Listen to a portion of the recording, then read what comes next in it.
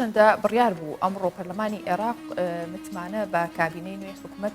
بدات و کۆبێتەوە بەڵام لەسەر داوای محەممەد تۆفیق ئەلاوی ڕاستپێردرا و بۆ پێکەنانی حکوومەت کۆبوونەوەی پەرلەمان بۆ سبەی دواخرا بۆ قسەکردن لەسەر ئەم بابەتە هاوکارمان فاروق محەممەد لە دیسکی عەرەبی و عێراقی کوردستان 24 لەگەڵمانە بێت. بەڵێ داوای لێکم بفەرمێ بۆ ناوی ستۆدیۆ کاک فاروق فەرموو بەخێر هاتی خێرانی باش بەخێر هاتی باش. بەخێر هاتی کاک فاروق بەیانی کە هاتم زۆر مەشغوڵ بووی کە بەیانی باشم کرد زۆر خۆشیش هەموو بەیانیانێک کە بەیانی باشەکەم کاک فاروق بە دەنگی یاونە باش ئەزانم ئەگەر هەر چەند کەسێکی لێبم دەنگی کاک فاروق زۆر تەرکیزەکە بەسەری هەمیشە پڕوزەیە بەڕێز بەخێربێ. کاک فاروق هەر وەک دەزانین کە ئەمە چەند ڕۆژێکە بۆ پێکهێنانی کابینەی نوێی حکوومەت کە محەممەد عەلاوی ڕاستپێدراوە بۆ پێکهێنانی ئەو کابینێ چەند ڕۆژێکە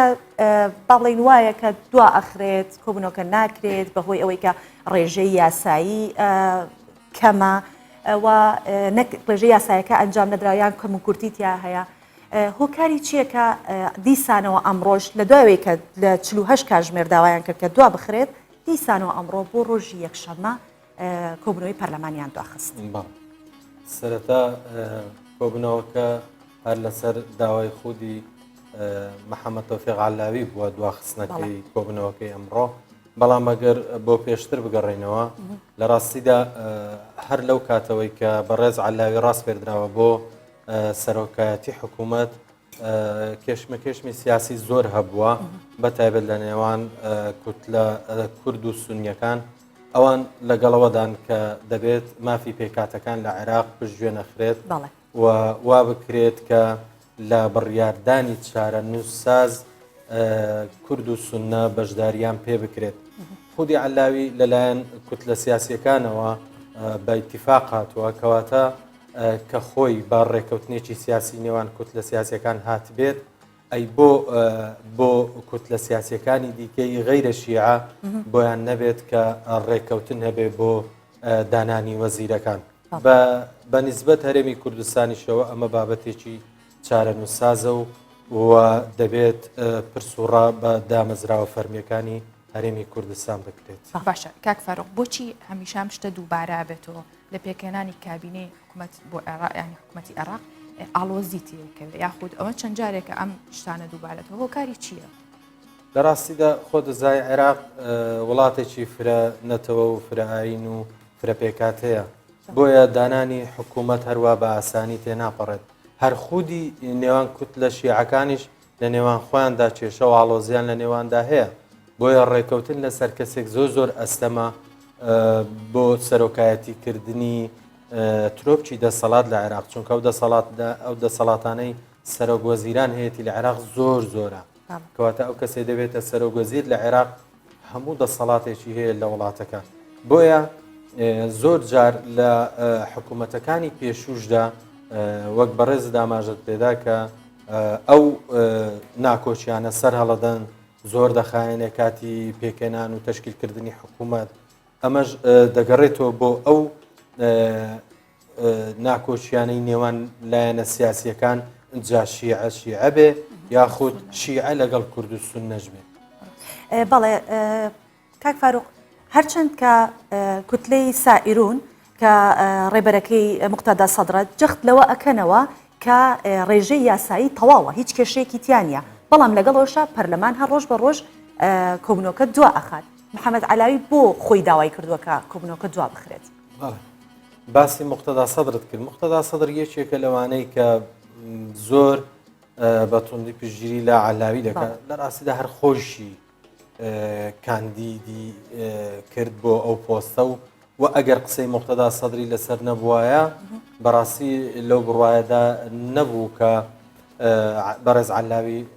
کاندید بکرێت بۆ پۆستان. ئێستا کە موقتەدا سەدر لە پشت ئەم هەوڵەوەیە بەشێک لە لایەنە شیعەکانیش پەشیمان بوونەتەوە لە دەنگدان بە خودی عەلاوی وەکو ئەو دە پەرلەمانتارەی عەسایبی ئەهلولحاق بابلیون و زۆرێک لەوانەی لە نێو هاوپەیمانێتی فەتحدان بەڵێ بۆیە ئێستا بە تەنیا سایرون ئەوەی دیارە کە پشگیری تەواوی لێ دەکات بەڵام علاوی دەرچی بەوە کرده بوو ترسی لەوە هەبوو کە بە پەشیمان بوونەوەی بەشێک لە پەرلەمانتارانی فتح تەنیا بە سایرون بۆی ناچێتە سەر بۆیە داوای ئەو دواخستنەی کردووە کە کورد و سوننەشی لەگەڵ نەبێ و ئەگەر شیعەکانیش نیوەیان لەگەڵ نەبێتەوەتە ئەو حکوومەتە چۆن دەتواندرێ متمانەی پێ بدرێت بۆیە پێ دەچێت ئەمڕۆ تاکوسبەی کۆبوونەوەی زۆر گرنگ کۆبوونەوەی چارە نووساز لەگەڵ هەردوو پێکاتی کورد و سوننە و وەشیعەکان لە نێوان خۆشیاندا بەڕێز عەلاوی ئەو کۆبوونەوانە لەگەڵان ئەنجام بدات. باشە کاک فاروق وەکو زانین کە ئێران و ئەمریکا ڕۆڵێکی کاریگەریان هەیە لە کابینەی نوێ و دەستنیشانکردنی هەرچەنە پاڵپشتی خۆیان بۆ کابینەکەی محەممەد عەلاوی دووپات کردوتەوە بەڵام کە پشتیوانیان کردو و بەشێکیش لە خۆپشاندەران هۆکاری چییە کە دوا کەوتو لە کاتێک ئەوانیش بە هەمان شێوە ڕۆڵیان هەبوو لە پشتیوانیکردنەکەی ڕاست دەکەین خۆی دەستێوەردانی دەرەکی ئەمە شتێکی شاراوە نییە لە عێراق بەڕاستی هەریەک لە وڵاتانی هەرێمی بن وڵاتانی جیهان بن بەتایبەت هەردوو جەمسەرەکە ئێران و ئەمریکا لە یەکلاکردنەوەی پۆستەکان لە یەکلاکردنەوەی کێشە سیاسیەکان دەستیان هەیە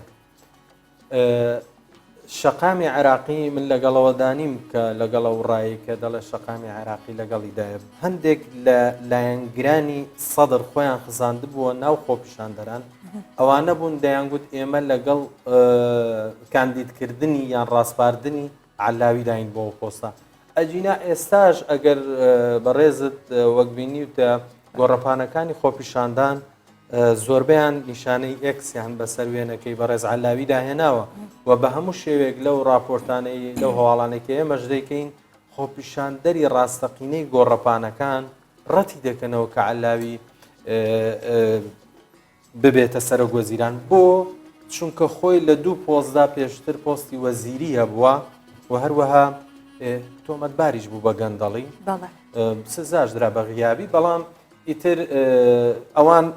دانانی هەر کەسێک یان ڕاستپاردنی هەر کەسێک بۆ پۆستەکە ڕەت دەکەنەوە کە حیزبی بێ یەک دووەم پێشتر پۆستی هەبوو بێ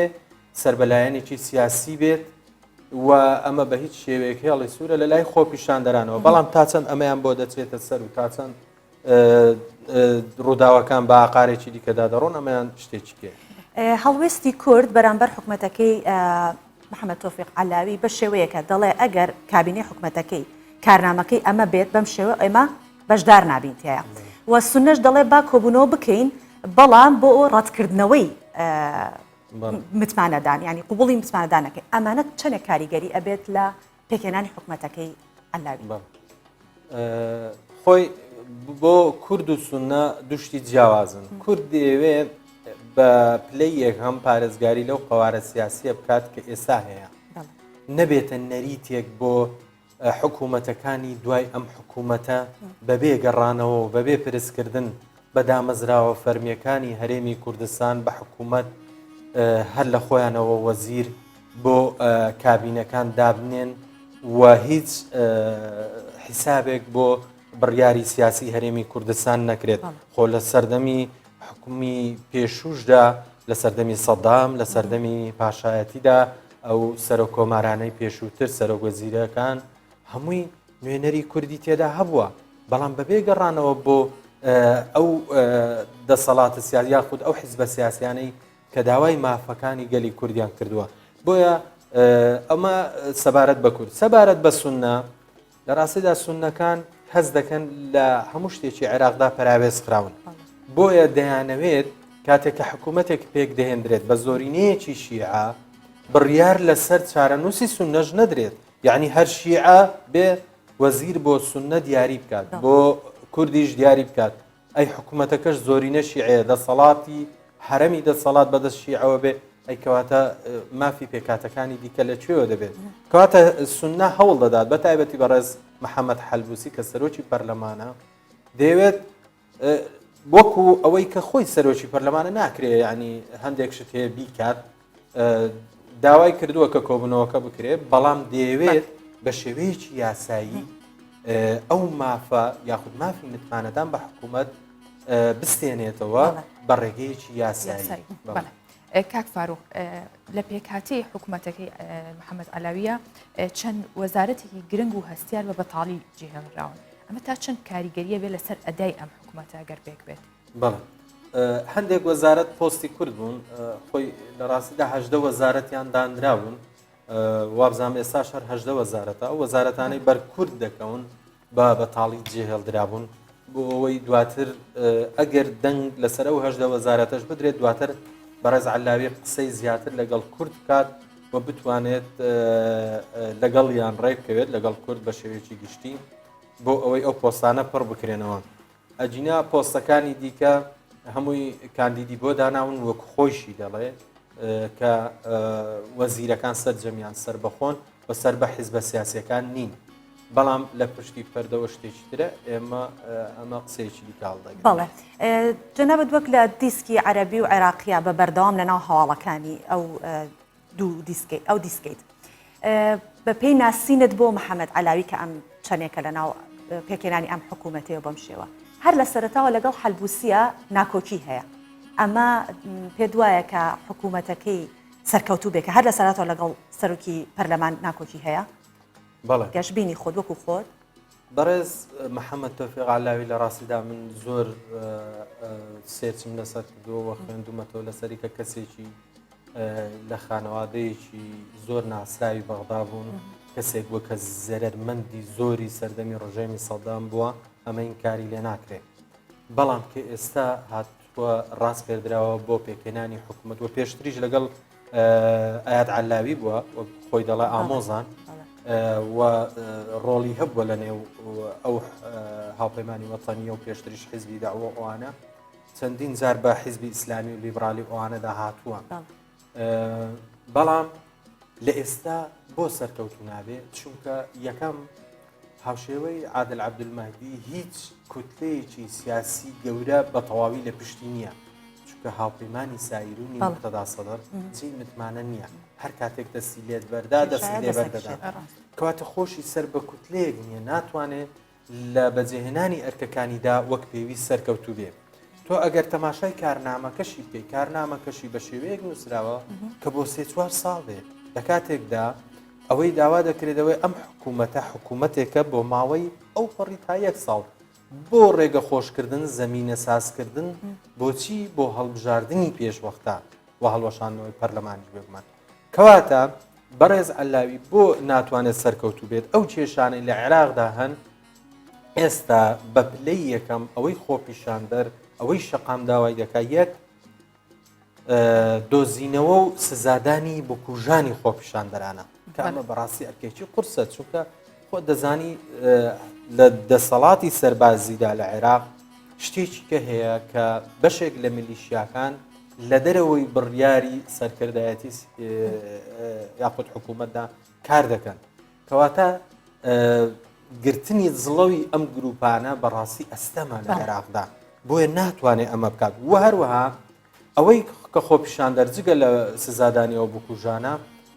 پێکێنان یاخود ئامادەسازیە بۆ هەڵبژاردننی پێشوەختە ئەمە ژارکێکی دیکەی قورسی سەرشانی عەلاویە کەواتە عەلاوی بەڕای من جیا لەوەی کە پشگیری کورد و سوننەشی لەگەڵدان نیە و بەشێکی شیعەشی لەگەڵدان نیە کەواتە چۆن بتوانێت لە ئەرکەکەیدا پێت وایە هەڵوێستی عەلاوی بەرامبەر کورد چۆنە بێت چاوەڕێ دەکرێت ئەم ڕۆژ تاکو سبەی شەویش لەوانەیە کۆبوونەوەکان بەردەوام بن هەوڵ دەدات ئێستا هاتۆتە ئەو بڕوایی کە دەبێت لەگەڵ کورد ڕێک بکەوێت و بگاتە لێک تێگەیشتن چونکە ئەوەی تێ ناپەڕێت بڵێ ئەگەر تێش پەڕێنن لەوانەیە ئەگەر شیعە هەمووی لەگەڵەوە بێ وەکو بڕیارەکەی دەرکردنی هێزەکانی ئەمریکا بە زۆری نەتەی پەڕێنن بەڵام ئایا لە ئەداکردنی سەرۆکایەتی حکوومەتێک بەبێ گەڕانەوە بۆ کورد و سوننە سەرکەوتوو دەبێت ئەمەش وەڵامەکەی ئاشکرایە زۆر سپاس بۆ بەڕێستان بەخێرهاتی زۆر سپاس دەکەین کاک فاروق محەممەد لە دیسکی عەرەبی و عێراقی زۆر سپاس بۆ زانیاریەکان.